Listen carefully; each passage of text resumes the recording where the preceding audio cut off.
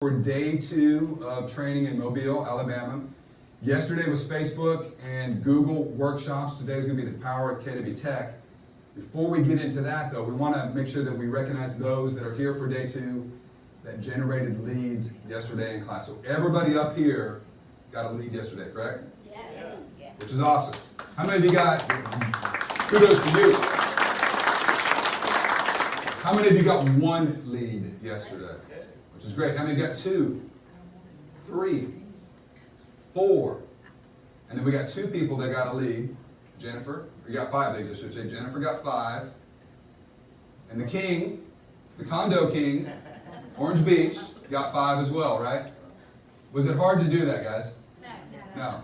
It's basically just communicate with your clients on Facebook, on Google. It's as simple as that. Oh yeah, by the way, did it cost you any money? No. So we learned something yesterday as well. A lot of stuff I'm teaching you it's cheap and it's easy to do because I'm cheap and I'm lazy. That's my methodology, right? And I think that fits the bill for a lot of us.